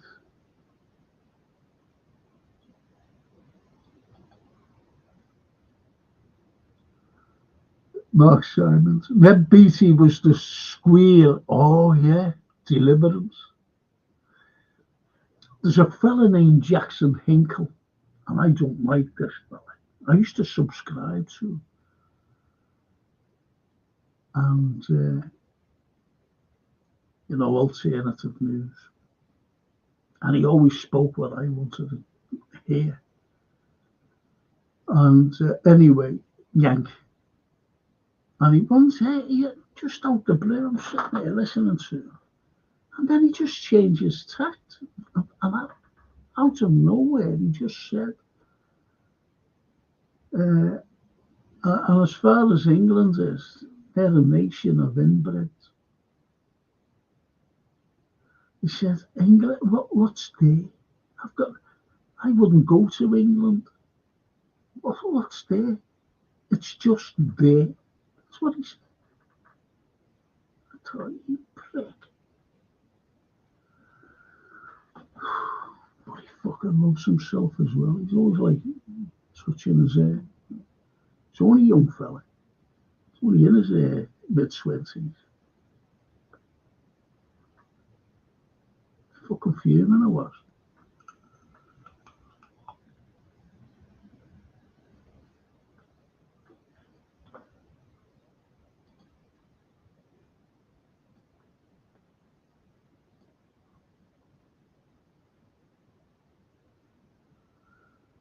Gene Hackman in an Uncommon Valley. Very underrated film. Yes. Yes. He's in a film, you can get it on YouTube. Under Suspicion. Under Suspicion. And Morgan Freeman. Cracking film. Brilliant. Hackman's absolutely brilliant. And I've seen him in another film with, believe it or not, Danny DeVito.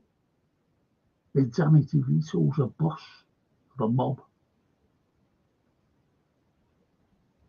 Fantastic film. I forget what it's called.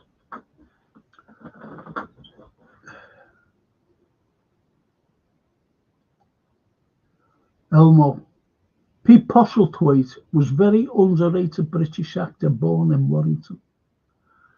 I seen Pete Postlethwaite playing King Lear at the Everyman just prior to before he died. And Steven Spielberg said he's the best actor he's ever worked with.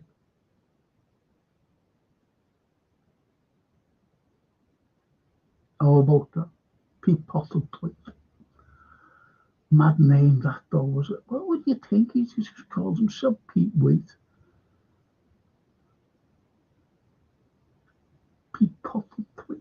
And I always remember him saying as well that he said, I'm proud of my name, just like anybody else is proud of their name. Well, is it like Fred Astaire? Frederick Austerlitz changed it to Fred Astaire.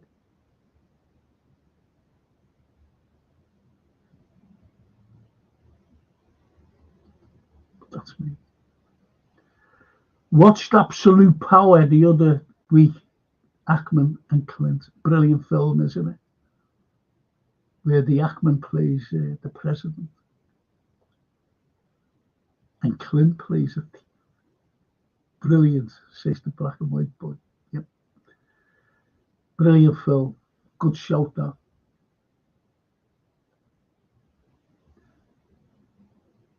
There's a girl by the name of Gal Gadot, and she's got a thing, a star in the Walk of Fame. Is it? I don't know. In Hollywood, you know those stars you get in the walkway, and I didn't fucking know her. Someone said she plays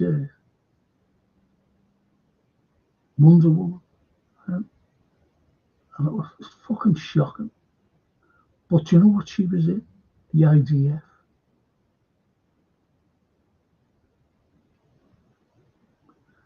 And the proper name is Greenstein.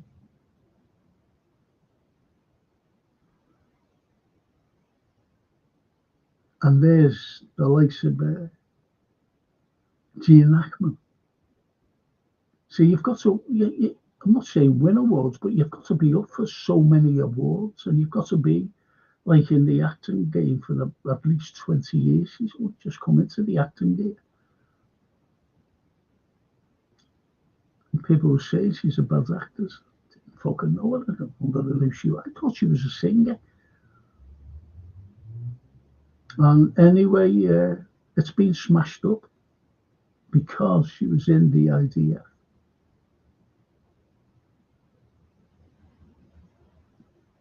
Israeli Defense Force. Elmo. Tom Courtenay was a great Billy Liar, very funny film. And what about The Loneliness of the Long Distance Runner? I seen him very recently. I watched a cracking little film called. It was about the.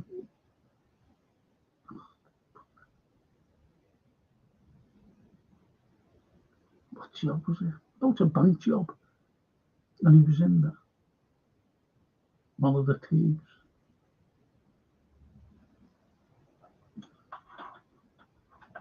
One of the thieves. Did you ever watch Paddy Considine in Dead Man's Shoes? A great film. Paddy's a cracking actor. Try and watch him. It's only a short series. I don't like these long series. Things that go on, season 1, 2, 3, 4. I won't watch any of them. But watch him in a series called. There's only about 8 to 10 episodes. I watched them right through.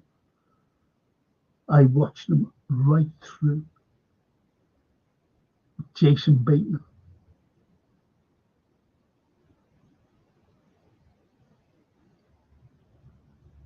What's it?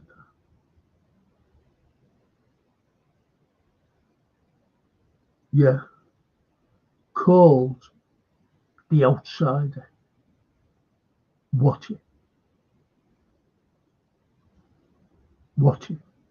Paddy's in there. Cracking film. Series. I watched that, Elmo.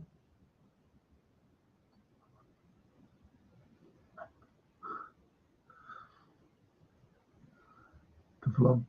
We all know it's to line their own pockets, Frank.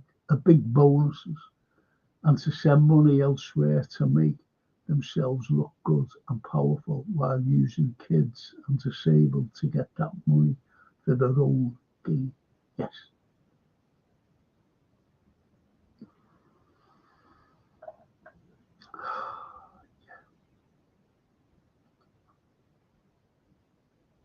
The vlogs, The Green Mile, what a film, brilliant film, brilliant. Tom Hanks, brilliant.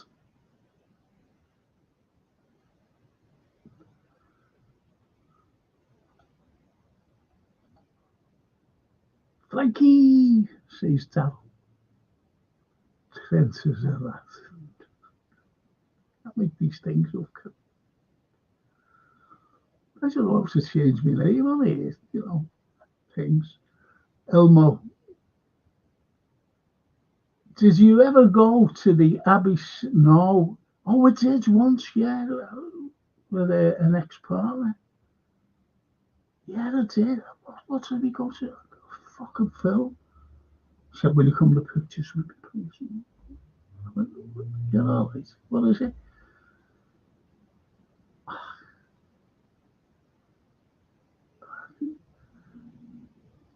It was the first film, Bridget Jones's Diary. Fucking hell, it was dire. Went to see that. That was the last time I went to film. There was someone last, and I couldn't think. And it was that, to the Wavertree Cinema. Cracking little picture of. I'll tell you what else. I went to with her, and I went to see went to see, and it was down at the Fact Cinema, Brendan Fraser film, like an adventure sort of, I forget what it was called. It wasn't The Mummy. Was it The Mummy? No. It's like Lands of the Lost or something like that. That's what I went to see. She loved going to pictures.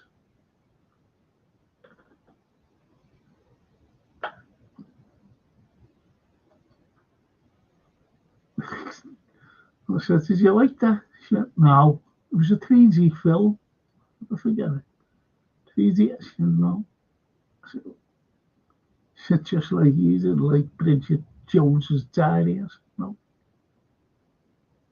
She said, I've done it for spite, bringing it there. Anyway, the blogs. Pensioners aged 75 or over who receive pension credits or live with a partner who does are eligible for a free TV license covering everyone in the same address. Go away. Thanks, blogs. Thank you.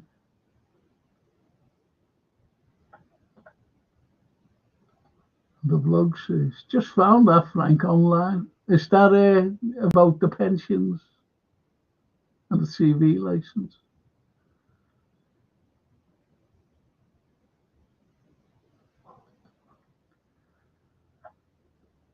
And the vlogs. Yeah, Edward told me at the beginning. He says, you have 900 subscribers now, Frank. 100 to go for the big 1,000 for the big 1K. Don't forget to like and share this live on social media. Everyone will help promote this great show. I never asked to share. I don't know how to do that. I just do it. I just do it to share. But we have a laugh, don't we? What's that? I can't fucking see. Is that a GIF? 66.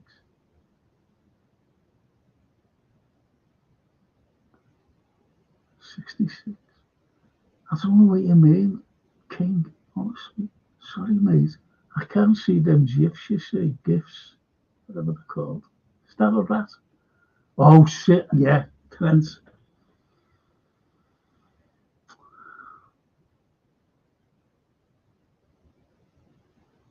It's a shame, you know. But he's been tapped up by that Bellingham fella. And Real. But Real turned around. They seen him crying when Jürgen was leaving. I asked the other night on my pod, and I had like my little guest on, and I said, I had three guests, and they said, if Jürgen Klopp would still be manager, would Trent be going to Madrid? And strangely enough, and I don't know why, they said, yeah, he would still go. And I said, I asked our Francine the same question the next day. She said, oh, did your punk go? I said, oh, it's all right. She said, well, I said, well, I asked this question and I asked her, and she said, no, he wouldn't go, Dad. No way. He'd still be here. But yeah, because I'll never forget the way he cried. His mentor had gone. He was out of the club. That's where he's gone. And he understands why as well. You've got the likes of, think about it. I'm just going to say this once and I'm going to leave it there. Edwards all of a sudden just said, oh, I'm going. Oh, yeah, no, fuck off then. Myron, sorry to swear. And then Julia Ward took over Edwards' role. Think about this. Edwards, he didn't get a job. He never got a job. And he refused jobs. He refused Man United, by the way. And then 6 months later, after Ward taken over Edwards' job, he went ongoing. And he went, leaving Jurgen. Then all of a sudden, Edwards and Ward come back after leaving. Jurgen went mad. So you've got to ask yourself, well, why would Jurgen go? Why wouldn't he be glad? Think about it. Please. Just think about all of a sudden those two left. Just like that. Within 6 months of one another. And then brought back together.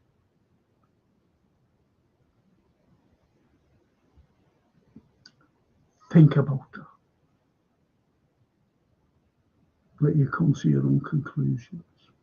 I know what and young Trent's going like that. Fuck that. What's that fucking used to? Sorry to swear, but I don't want to get into this now. That'll be for Monday night, Sunday night, no, that Tuesday night. Tuesday night, I'll be doing a pre-match. So you've got that, you see. They came back. And all of a sudden, everyone went, every single one. Jurgen and his back loose.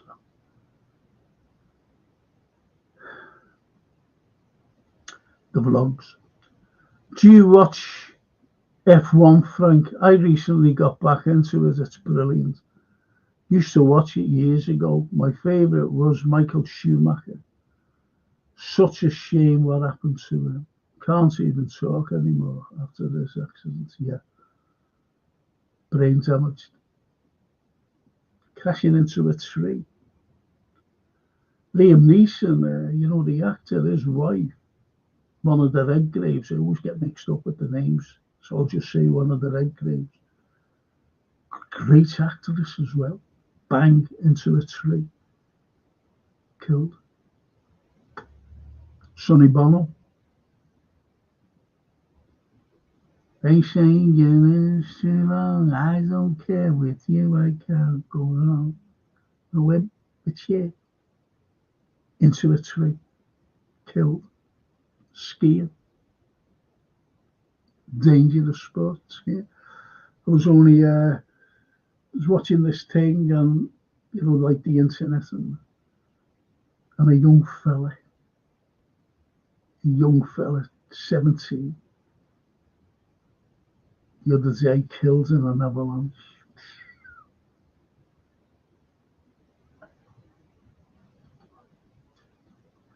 Enemy of the State, is it? Yes. Ackman, brilliant. I think every film he did was brilliant.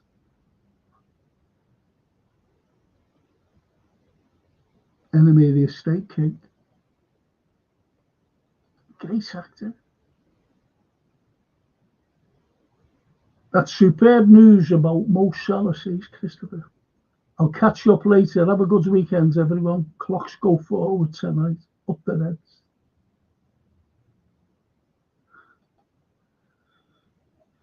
The vlogs. Watch the Detectorists, Frank. Brilliant. Toby Jones was a great actor. The first time I ever seen Toby Jones was in an American film. And yet he's British. And he was in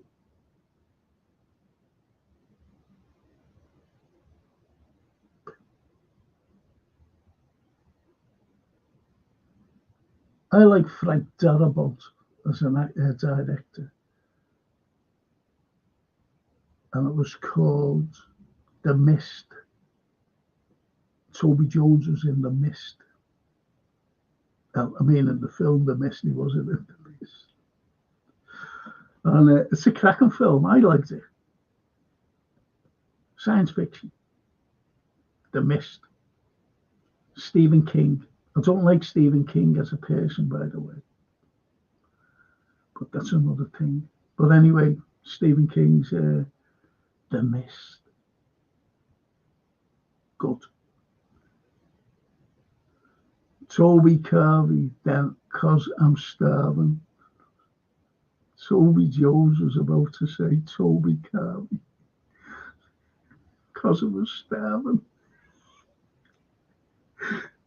And Mackenzie Croup's great. He's good.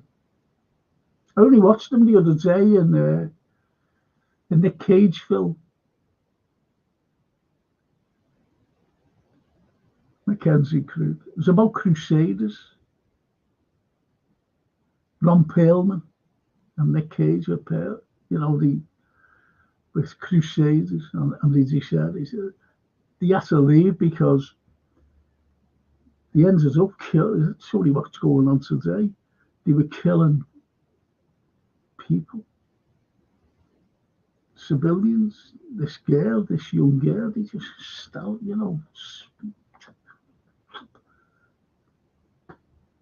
the defenseless young girl. He said, "Oh, we've had a fucking enough of this for God, King and Country now. They're having it. Crusaders." Stephen Graham's in it. I asked Stephen, I said to him one day, I was going to his birthday party. I was walking up with him after watching Drew Schofield in a play. So I said, "What was Nick Cage like?" He said, "A wonderful man. A very generous, wonderful, warm-hearted man." The Cage one. What's it called? Forget what it was called. Like Season of the Witch or something like that it was called. Because they go to this town.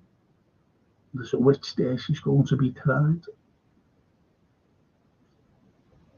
And the first time you see Stephen Graham, he's in fucking stocks. The people throw things at him. Stocks.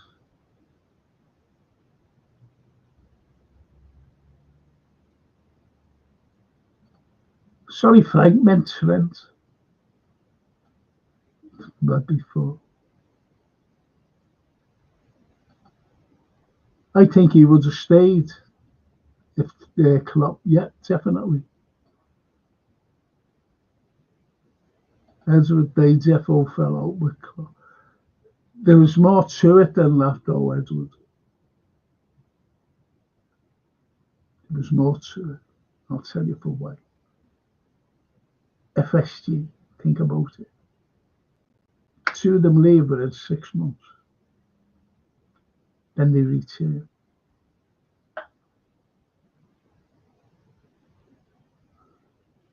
I think, in other words, I think they were told to leave and then return. Klopp never got on with them anyway. So he was skullduggery there at the beginning. And Klopp he was taking too much power, especially with the fans, against everybody. Everybody loved Jürgen simply because what he did for the team, what he did for the club, won everything. And I'm going to finish on these last 2 wonderful comments. Can't see Trent playing again now, as he will be booed out of the building.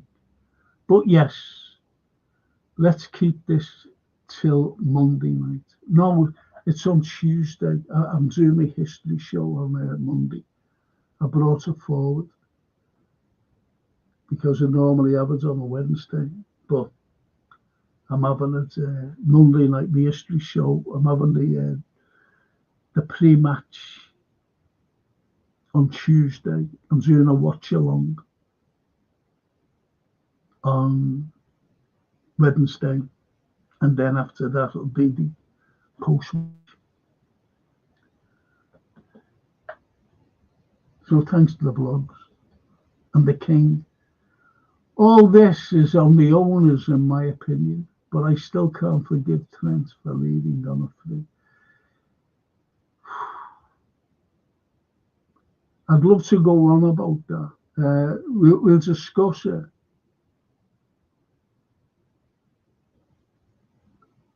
You've got to take into consideration when Klopp left.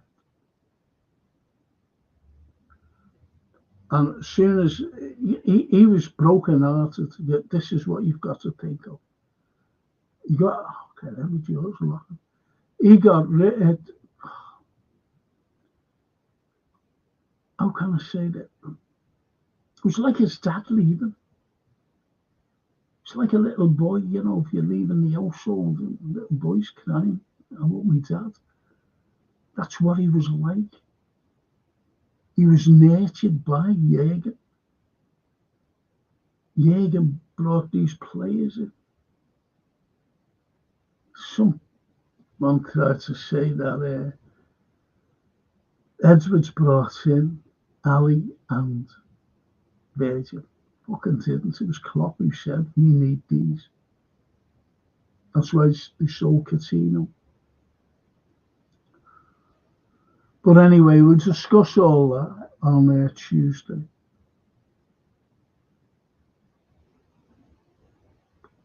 Because, excuse me, because this is just my opinion. Just my opinion. If you look the way they came back, and Trent was vulnerable coming in for this, like this season, you know, for this contract. I think someone's had a word and said, if you sign a contract, they're not going to go in for you. So it's the last year this season that he said, I'm going. That's why. So why jeopardise a move where you're not happy at the club? You've been here since you were 6 years of age. That's the way I look at it. There's more to it than where I'm leaving, honestly. More to it.